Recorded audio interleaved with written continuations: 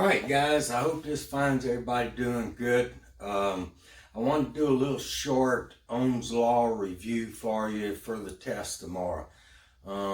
You saw the email. The test has 25 questions on it, all multiple choice, so it's not going to be a repeat like the quiz was. But look, the ones that we missed the most on this quiz was 120 volt line is protected with a 15 amp fuse. Will it handle a 10 ohm load? Well, the first thing you got to realize is that 15 amps is a rating on the fuse. It's not how much current there is in the circuit, it's the rating on the fuse. So we have to find the current in order to compare how much current there would be to the rating on the fuse. And so we have a 10 ohm load and we got a 120 volt source. Well, if we come over here and look at the formula,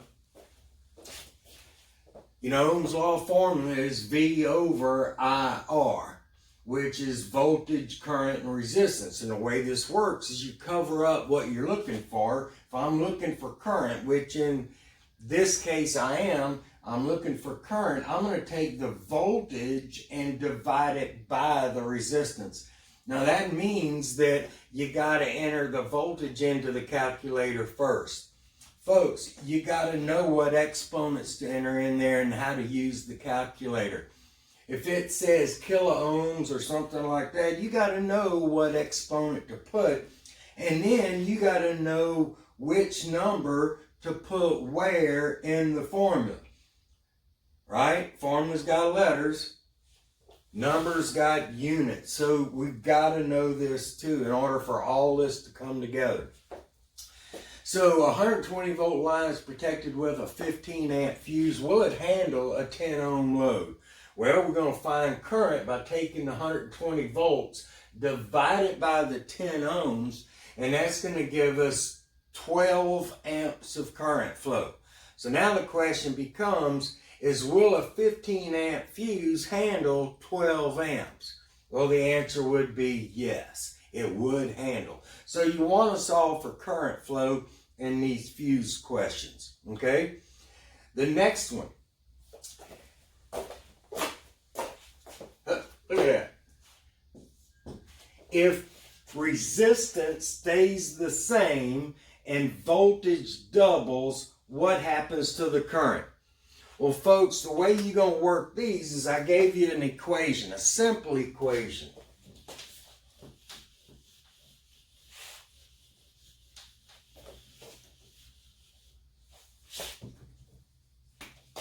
And that was 16 volts is equal to 4 ohms times 4 amps, right? And just from the equation, 4 times 4 is equal to 16. So if we look at this, if the resistance in the circuit stays the same, well, what we want to do is we want to make that resistance stay the same.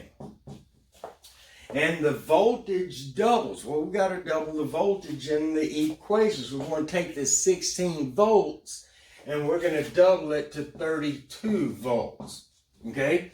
Now, we got to solve this equation. What times 4 equals 32, or 32 divided by 4 equals what? Go back to Ohm's Law and figure out what your current is. And we see it's 8 amps. 8 times 4 is 32. So with the 8 amps, it was 4 amps. Now it's 8 amps. What did it do?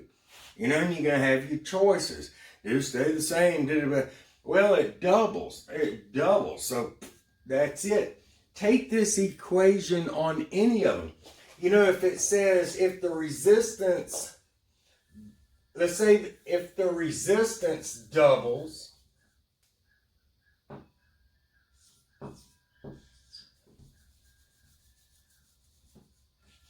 and the voltage stays the same, what happens to my current?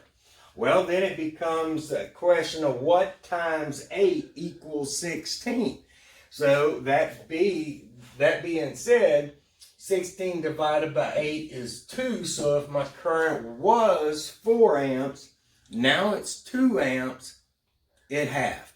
All right, so use this equation, do what the question tells you to do, and find out what that current's going to do. Simple as that.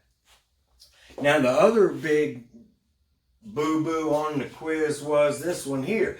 Now, y'all seem to do really well on just how much resistance here and how much voltage is developed across that there with this current and blah, blah, blah. Y'all did pretty good on that. But these questions you seem to struggle on. That fuse question, the relationship questions, and this magnet question. If it draws 3 amps from a 240 volt line, how much current will it draw from a 120 volt line? Well, you need to understand your relationships. That if in this line I got 240 volts giving me 3 amps, I got to look and see what happened to my voltage.